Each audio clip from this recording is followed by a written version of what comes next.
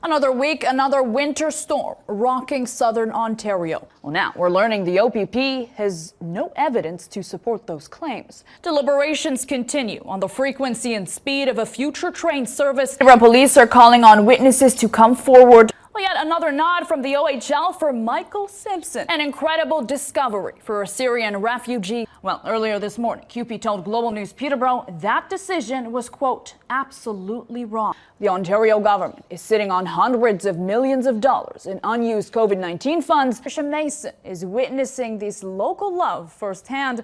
Trisha, this seems like a party well worth the wait. 5 world-class illusionists. One incredible show. I'd like to keep things super fresh right here on Global News Morning. Joining us with all the excitement, Trisha Mason is live from the YMCA. Live from the scene, Trisha Mason joins us.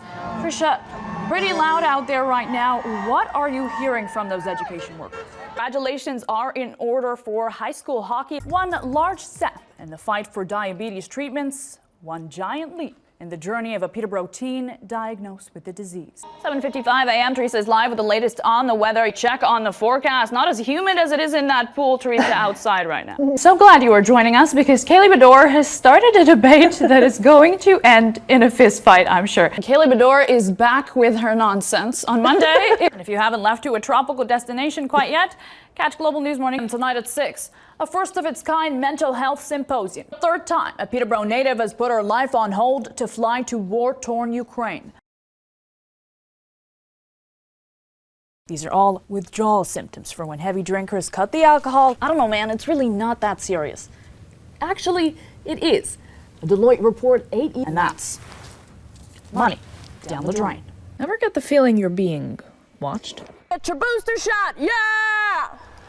Well, whether the message is loud or whether we've heard it many times, Bradley says misinformation about the Queen can be weaponized by anti-monarchist political groups in Commonwealth countries. Many still say paying for news means those who can't afford it remain uninformed. Well, University of Ottawa's Stacey Smith says this inequity could be dangerous, even deadly. 68,000 Canadians are currently living with HIV in Canada. However, get this, 14% of those people don't know they have it. Not underestimate the storm. As you can see, it's really blowing here. They want public opinion polling gone. But in Canada, others say it's the least of our election concerns. Buying a G-test date online isn't a criminal act. But if you're selling the test date, the plea consistently hammered onto tech giants like Facebook, where a 2020 study found that misinformation had, quote, found a comfortable home and an engaged audience on the platform. But a disinformation expert in BC says we can't move to a new platform if we're already struggling to regulate this one. Here at Mayoral Park, shovels have already broken ground on the city's Twin Pad Arena. And misinformation manufacturers know exactly which audience is most vulnerable. Some say that means misinformation like this will continue to threaten Canadians. Say it's a clear agenda to silence and intimidate those covering elections. Professor Ahmed Rawi says there's a certain threshold to when a conspiracy theory or a movement pandemic, the coronavirus, and even, believe it or not, the panini. New terminology like Deltacron can catch like wildfire, and experts say be detrimental to the fight against COVID-19 when emotion takes hold.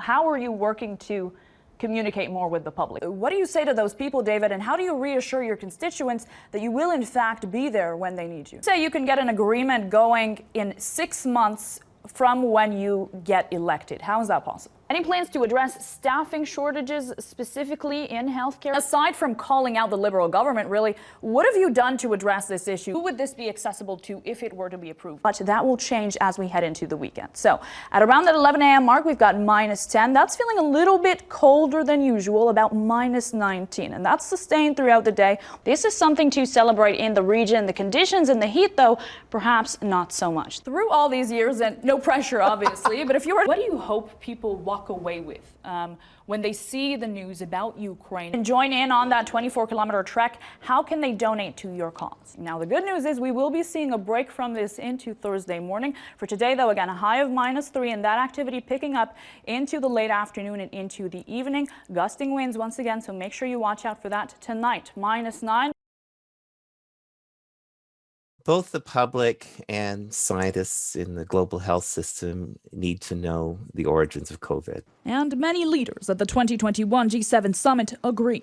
U.S. President Joe Biden launched an investigation in late May after a World Health Organization study failed to provide any definitive answers due to what they say was a lack of data from China. The timeline for Biden's new investigation, 90 days. I think the 90-day duration is strategically designed so that it's enough time to put pressure by other countries on the Chinese government to be more forthcoming. Health policy expert Ahmed Firas Khalid says the truth needs to come to light in order to avoid another pandemic and to better understand virus transmissibility. Now, even though the WHO's limited report called the lab leak theory, quote, extremely unlikely, Ryerson University's James Thiessen says it should not be called a conspiracy either. Given the evidence we have now, or given the lack of evidence we have now, you can't dismiss either hypothesis. There are reports that, yes, particularly H1N1 had happened. It's happened before. That was in 1977. Research from University of California, San Diego backed a theory that it may have escaped from a lab. So, a COVID-19 lab leak may be possible, though Thiessen and Khalid highly doubt it would have been anything other than an accident. In light of the Biden administration's investigation, Facebook has decided to no longer remove posts that claim COVID-19 was man-made. Now, while some say this may perpetuate misinformation on the site, social media expert Richard Latchman says given the fact that the investigation is still ongoing, Facebook's decision was only fair. As we are getting evolving news stories that change as more and more information comes, it makes sense that an organization like Facebook would change. Both health experts agree the investigation is for public good. But despite that, political expert David Shannon says the U.S. may reap some benefit if it actually discovers how COVID-19 originated. I think that it will reassert a long-standing international preeminence for American science. And I think Biden is conscious of that. Noor Ibrahim, Global News.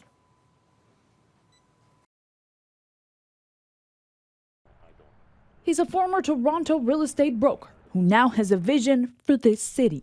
Brian Lumsden, a father of two, moved to Apsley and then to Peterborough 3 years ago, and an interaction on Simcoe Street changed the trajectory of his immediate future. I met Mama Angel living in the bus shelter.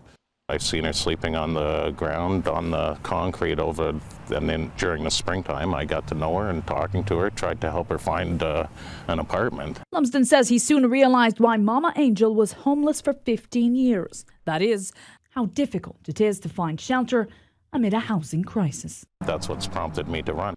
Cleaning up the downtown core, homelessness in the housing market, economic revival and job growth, transportation, and the environment are the focuses of Lumsden's campaign.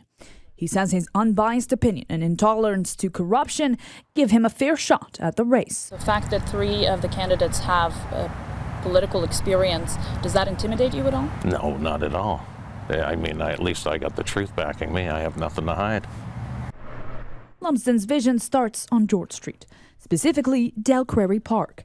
The opioid crisis hits home because his father used drugs. Well, now he wants to clean up drug-related litter, but wants needle drop boxes like this one gone. Lumsden also says he doesn't want harm reduction supplies widely offered, but available in one spot only, a city's safe consumption and treatment services site. Do you worry that you would alienate the people who don't feel comfortable visiting the site? Why not help them logically and get them off drugs? Why are we helping them do clean drugs?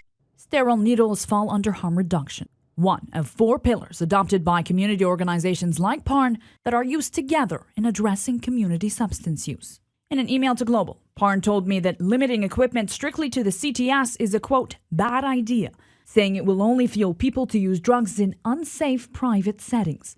PARN also said the sharp disposal kiosks have been shown to work based on the frequency of service demand. So there are 12 kiosks across the city because they work. As the mercury drops by the day, Lumsden thinks of those sleeping outside. If elected, he says he would back projects like modular housing, where housing components are built in a factory and then assembled on site. And while he says his real estate experience will kickstart conversations with those controlling the housing market, I think it's more my open-heartedness and my kindness rather than my real estate experiences that's going to put these people in beds. Transportation is big on Lumsden's radar. If elected, he says he will work on addressing people's concerns with recent bus transit changes and will consider ventures like the Parkway extension or airport development if they will ultimately benefit the community.